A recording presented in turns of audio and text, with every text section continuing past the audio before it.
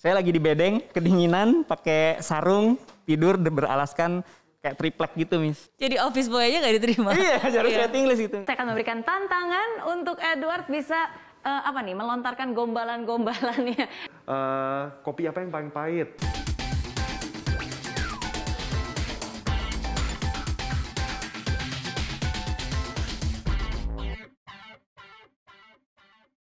Eits, tunggu dulu.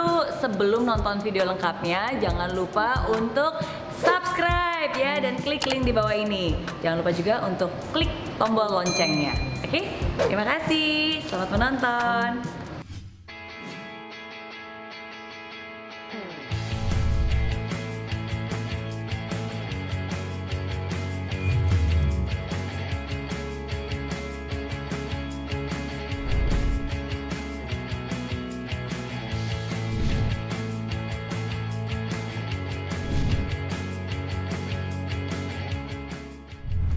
Dan senang banget hari ini saya sudah bersama dengan Danu Safwan. Dengar-dengar pengantin baru, selamat. Thank you, Miss Mary. Gimana nih ceritanya bisa kenal dengan sang istri Janeta Janet? Jadi memang awalnya kita tuh pacaran setelah nikah. Januari 2020 ada yang follow nih siapa gitu kan. Terus udah gitu pas ngeliat udah notice Janeta Janet gitu ya. Terus udah gitu 3 hari kemudian baru aku DM, terus aku follow back, terus aku bilang thanks ya udah follow. Ternyata dia interest sama bisnis. Oke. Gitu. Jadi dia waktu Randol. itu waktu itu dia pengen Business Week. Waktu itu tertarik. Terus nyari-nyari siapa ya kira-kira pengusaha yang mungkin bisa diajak sharing apa segala macam. Itu sih awalnya. Danu yang kecil dulu itu seperti apa sih kehidupannya? Ya laki-laki bandel gimana sih, maksudnya sering berantem lah, bolos. Gitu-gitu. Kacau sampai akhirnya ternyata banyak pelajaran sih, Miss, yang bisa saya ambil. Dalam arti ketika SMP saya udah dikasih fasilitas apapun yang saya mau, Miss. Jadi SMP udah dikasih mobil.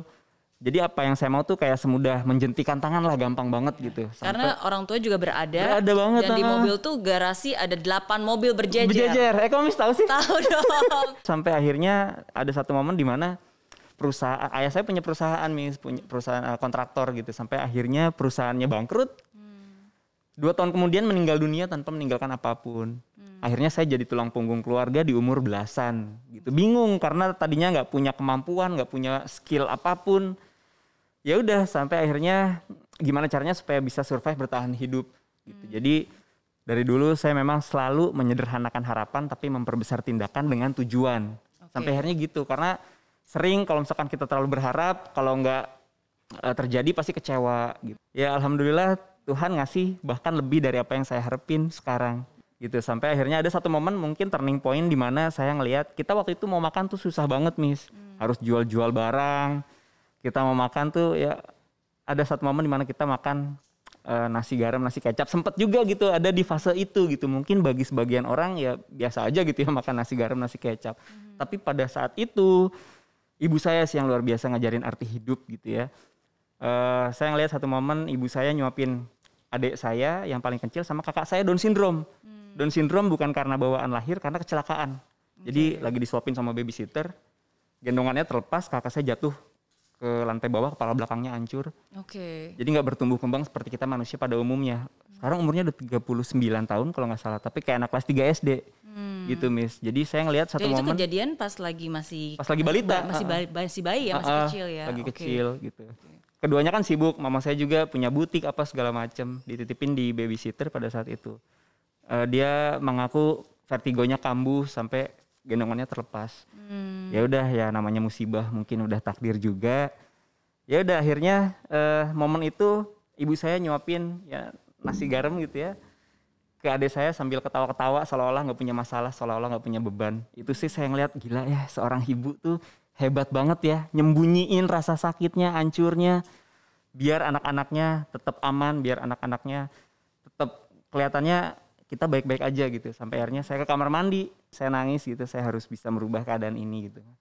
Seenggaknya Ya makanya tujuan hidup saya sebetulnya sederhana sih, bukan pengen sukses apa berhasil besar apa enggak, itu bonus aja.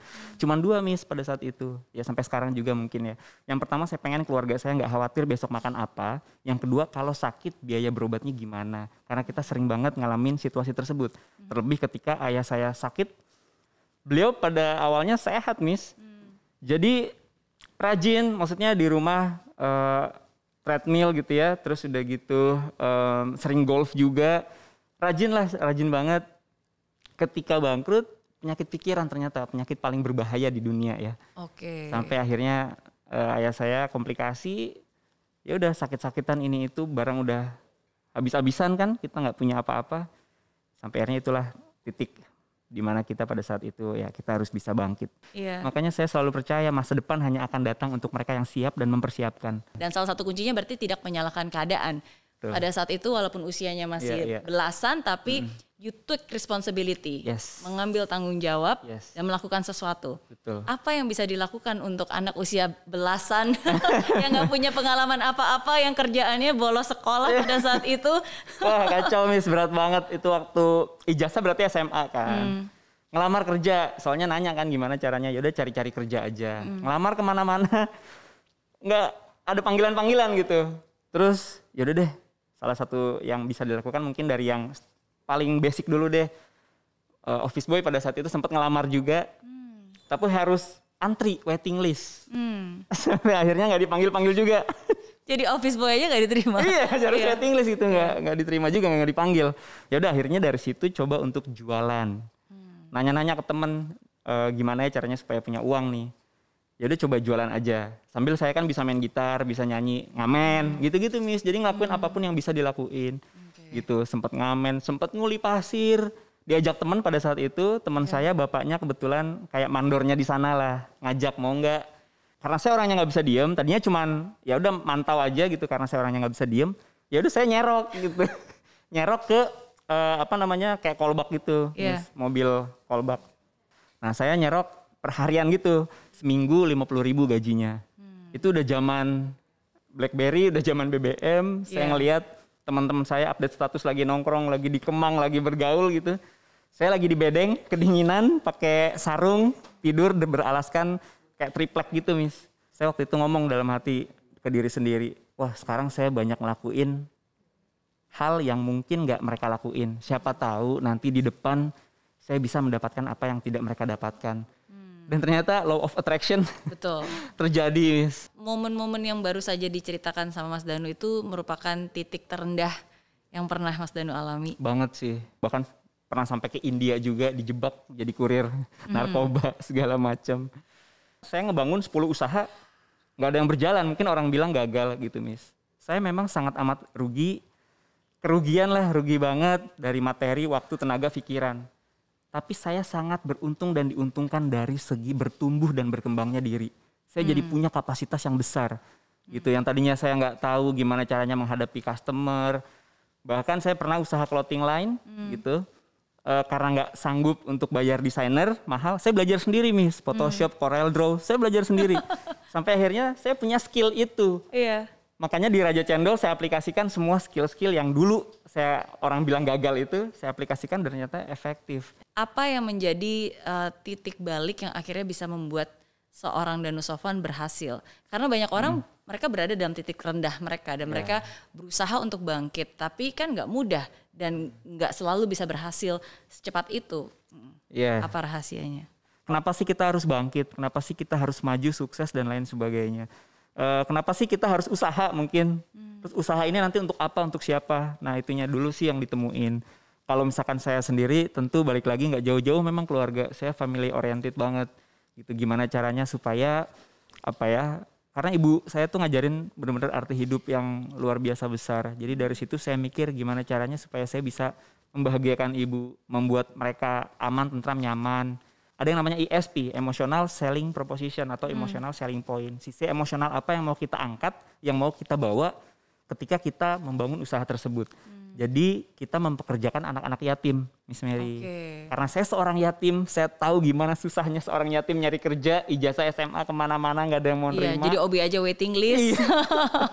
Sampai akhirnya saya punya dendam positif. Suatu saat saya pengen mempekerjakan atau pengen memberdayakan anak-anak yatim. Dan alhamdulillah bisa terrealisasi yang rata-rata mereka nih dari panti asuhan gitu ya, setelah 17 tahun mereka bisa memilih yang biasanya mereka disantunin. Setiap hari Jumat kita punya kayak corporate value, kita punya tradisi untuk menyantuni dari bonus-bonus yang mereka dapatkan. Jadi mereka bisa jadi seorang manusia yang benar-benar punya value gitu. Mereka bisa merasakan itu.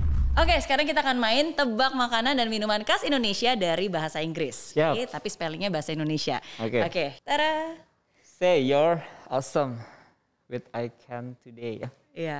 Sayur asem. Sayur asem with Ican. Hah? With Ican. Susah ya? Sayur asem dengan ikan tude. Yo. Emang ada ikan tude? Ikan tude. Oh, ikan tude ada. Astaga. Ikan tude. Iya. Oke. Berikutnya nggak apa-apa. Ini pemanasan. Nah, oke. Ayam, rendang, sama kerupuk. Kerupuk. Udah pintar sekarang. Oke. Berikutnya. Kopi luwak. Nah. Pedang ronde. Aduh, ini makin lama makin cepat banget loh. Oke. Ikan asin with sambal teri. Terasi. Sambal terasi. Sambal terasi. Wow. Mantap. Di aplikasi Mary Riana tersedia lengkap video-video YouTube terbaru saya, artikel yang up to date, quotes inspirasi, koleksi merchandise, workshop dan seminar yang bisa kamu dapatkan free dan download sekarang juga gratis.